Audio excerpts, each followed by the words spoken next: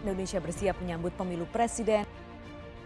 Demokrasi di Indonesia dalam kondisi semakin defisit. Nah, kalau ada terkait dengan penundaan pemilu dan perpanjangan masa jabatan presiden, menjadikan Indonesia negeri berjuta sarjana. Assalamualaikum warahmatullahi wabarakatuh.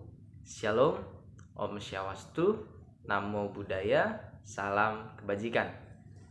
Kepada yang terhormat Ibu dosen kami, Ibu Cipta Indra Lestari, RSH MH, selaku dosen mata kuliah kewarganegaraan.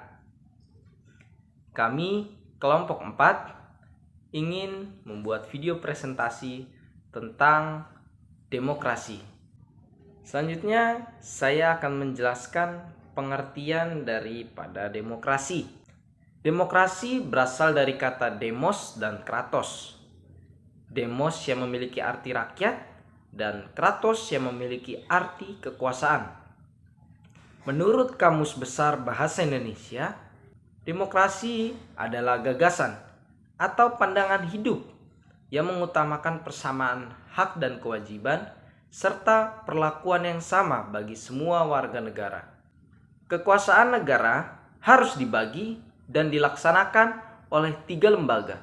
Pertama, legislatif, yang merupakan pemegang kekuasaan untuk membuat undang-undang.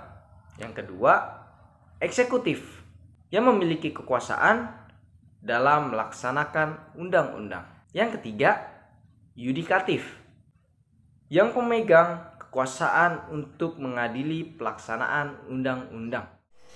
Jenis-jenis demokrasi. Demokrasi itu ada beberapa jenis. Yang pertama, demokrasi menurut aspirasi rakyat, dan yang kedua, demokrasi menurut ideologi.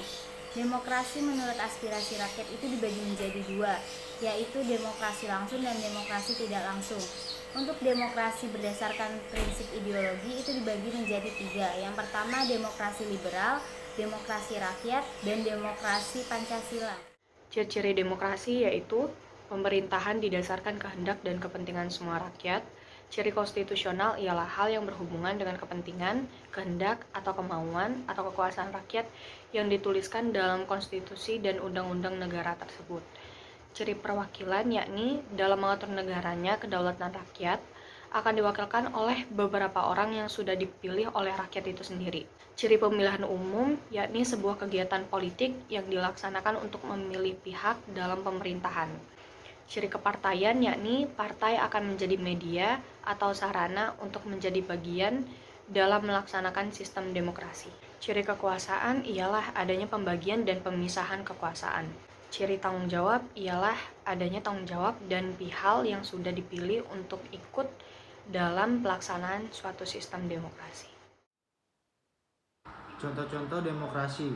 Yang pertama di lingkungan keluarga. Contohnya adalah mengatasi masalah yang muncul di dalam keluarga dengan cara melakukan musyawarah. Lalu ada lagi contoh demokrasi di lingkungan masyarakat.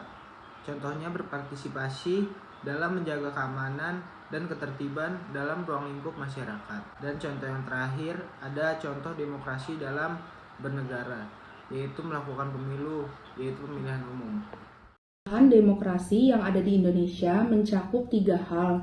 Yang pertama ada pemilihan umum secara langsung atau pemilu, yaitu adanya politik uang. Yang kedua adanya kinerja KPU yang tidak sesuai dengan harapan masyarakat, dan tidak adanya data penduduk yang valid atau KTP ganda. Pada permasalahan poin kedua, masyarakat yang apatis, itu ada permasalahannya. Yang pertama ada kurangnya keinginan masyarakat untuk masuk partai politik. Yang kedua ada hilangnya oposisi. Yang ketiga ada partisipasi masyarakat untuk memilih.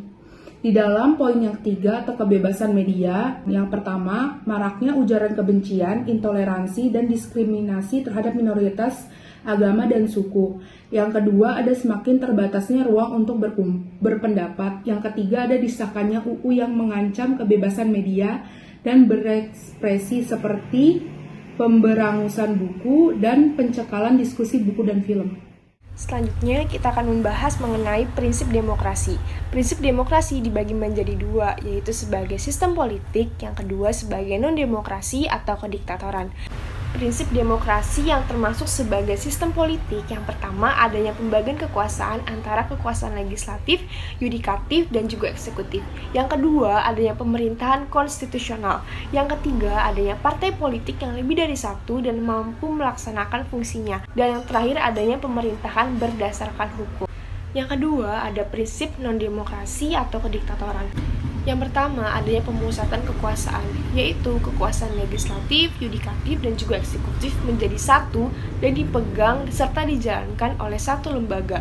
Yang kedua, adanya pemerintahan tidak berdasarkan konstitusional. Yang ketiga, adanya rule of power atau prinsip negara kekuasaan yang ditandai dengan supremasi kekuasaan yang besar pada negara atau pemerintah. Yang keempat, adanya pembentukan pemerintah tidak berdasarkan musyawarah tetapi melalui dekret. Dan yang terakhir, pemilihan umum tidak demokratis, yaitu pemilihan umum yang dijalankan hanya untuk memperkuat kebebasan atau kebebasan penguasa atau pemerintahan negara.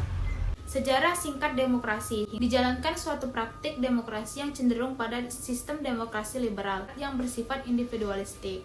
Pada tahun 1959 sampai 1966 diterapkan demokrasi terpimpin yang dalam praktiknya cenderung otoriter. Mulai tahun 1966 hingga pada tahun 1998 diterapkan demokrasi Pancasila. Model ini pun tidak mendorong tumbuhnya partisipasi rakyat. Sesudah bergulirnya reformasi pada tahun 1998, kebebasan berbicara dan menyatakan pendapat, kebebasan memilih, kebebasan berpolitik, dan lain-lain semakin bebas. Lanjut ke periode demokrasi parlementer, yaitu tahun 1945 hingga 1965. Periode ini merupakan awal perkembangan demokrasi di Indonesia. Demokrasi pada periode ini hanya menjadi pemersatu dan alat koalisi antar suku dan agama yang beragam. Pada demokrasi terpimpin atau Orde Lama, yaitu tahun 1959 atau sampai 1965, ciri-ciri demokrasi ini adalah dominasi politik presiden dan berkembangnya pengaruh komunis dan peranan tentara atau ABRI. Dalam panggung politik nasionali, namun sejak pada 1959 diberlakukannya dekret presiden. Setelah itu banyak penyimpangan konstitusi oleh presiden atas dasar dominasi kekuatan politik presiden.